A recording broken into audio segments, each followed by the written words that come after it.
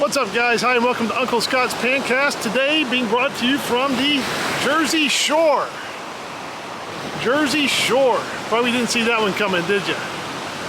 I just gotta say, they had this TV show about this Jersey Shore area, and it really didn't do justice to how truly wild this place can get. As a matter of fact, last night, my wife, mother-in-law, and I played Scrabble. And I played a Z on a triple word score. Things are heating up. As you can see, the party is not quite started yet today.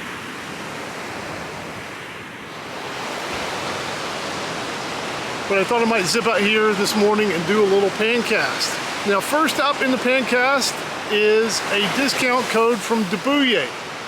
The discount code is USK DAD10, USK DAD10.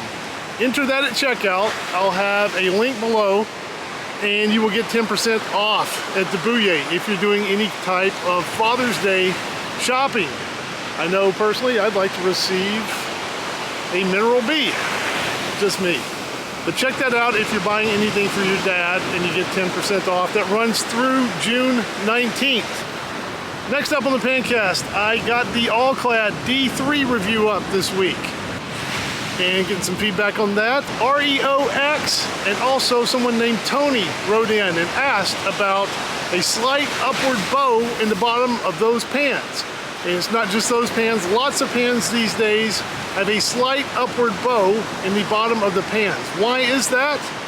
That is to mitigate warping issues. Now, it doesn't matter if a pan is made out of stainless steel, cast iron, carbon steel, copper, aluminum, whatever. I've had an engineer write in and tell me this.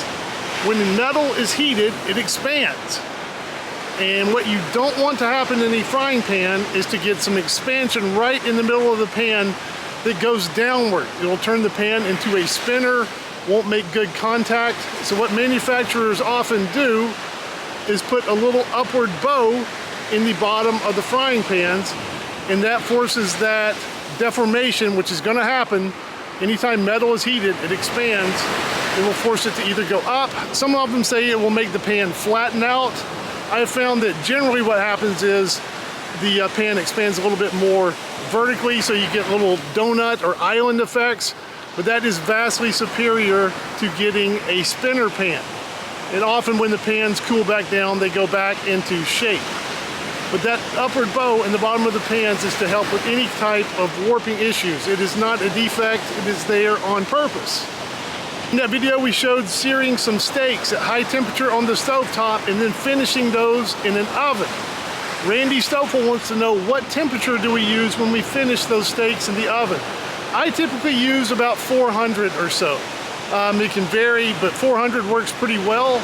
And what I do is use a probe thermometer with the digital readout that's outside the oven, stick that in the middle of those steaks, and then you can time it really well. You can take your steaks out of the oven at exactly the temperature you like. Now, what we usually do is sear them on the stovetop, put that thermometer in there, then stick it in the oven, 400-degree oven, and it's really interesting when those things, they're seared on the outside, but it'll typically be 90 to 100 degrees internally. So a pretty stark temperature differential there between the outside and internal temperature of those steaks.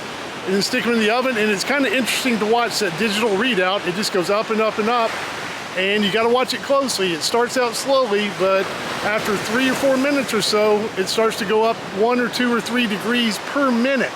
So it can be going up 1 degree internally every 20 seconds or so. And we take ours out of the oven when they're roughly 127, 128, then let the steaks rest for 5 minutes or so, and they will come up to temperature a little bit more. And we eat ours about 132, 133 degrees, but everybody's a little bit different. But we use a 400-degree oven and use one of those probe thermometers and keep an eye on your steak so you don't overcook it. Gas versus charcoal. We talked gas versus charcoal grills in the last Pancast. I got a lot of feedback both ways. Some people are fans of charcoal, some people like gas. I like having both. I'm kind of a kitchen gear, cooking gear nut anyway, but I like having both. To me, the gas seems a little bit more convenient, a little bit easier. If all of a sudden my wife says, hey, let's cook something on the grill tonight, I can have that grill heated up and ready to go in 10, 12 minutes or so. The charcoal seems a little bit better for things where I want some wood flavor or more smoky flavor. And for example, over Memorial Day, supposedly the first day of summer in Utah, we had snow up on the mountain. You can see the snow line. It was 47 degrees and raining. So I set up a little shelter in the driveway and put that charcoal grill under there. And it took me about 5.5 hours, but I did some ribs. And I think those turned out a lot better on the charcoal, maybe better than they would have on the gas. So I think each grill, gas or charcoal, has its pluses and minuses. And I like having both.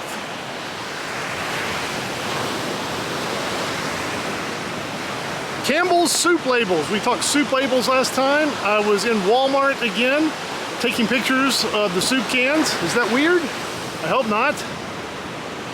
And I note that the Campbell's mushroom soup, there are 4 different Campbell's mushroom soups. And I still think this is kind of crazy. Some people think it's a good idea, they like more choice. But some people will say, and I'll have to find the studies, that too much choice can be disturbing to some people. It causes confusion. So if you have fewer choices, it's easier to make a decision. But take, for example, buying toothpaste. There's almost way too much selection. It confuses people. They think they're buying the wrong thing. And I think Costco has actually got this figured out pretty well. If you go to Costco, they sell Campbell's chicken noodle soup, but that's all they have. Is that one Campbell's chicken noodle soup. That's the only selection. It's an easy choice to make, whereas this Campbell's cream of mushroom soup in Walmart, there are 4 to choose from. So I think that's a little bit too much choice. I think it confuses people. And also, where did the sales of, for example, the low-fat Campbell's cream of mushroom soup come from? They probably come directly from the original regular version. So just because you put 4 cans up there doesn't mean you're going to get 4 times the sales. Those sales for the other 3 probably coming from the main product anyway. So you're doing more work for probably not a lot of incremental sales. So I don't like too many SKUs of products. Just me though. What do you guys think? And what would a beef strip be without a little carbon steel seasoning? I just wanted to show this Matfer crepe pan that we reviewed a few weeks back. We have now used this pan about 30 times. My wife has been baking crepes 2-3 times a week in this thing for several months now. And I just wanted to show that this thing is not jet black, but it is non-stick and it is working well.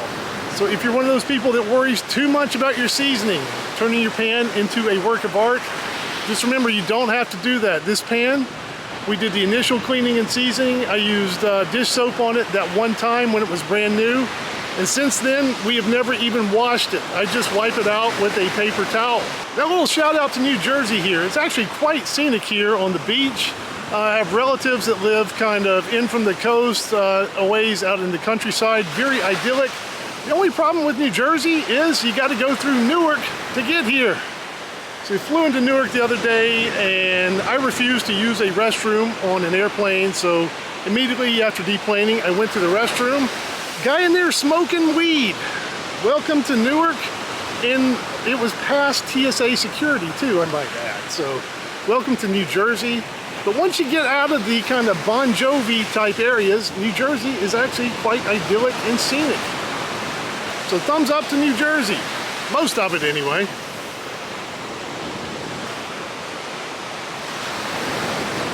Now I am coated down in 75 sunblock. And I feel like I'm already getting a little bit burnt. So we're gonna wrap this Pancast up. See you guys next time back from Utah.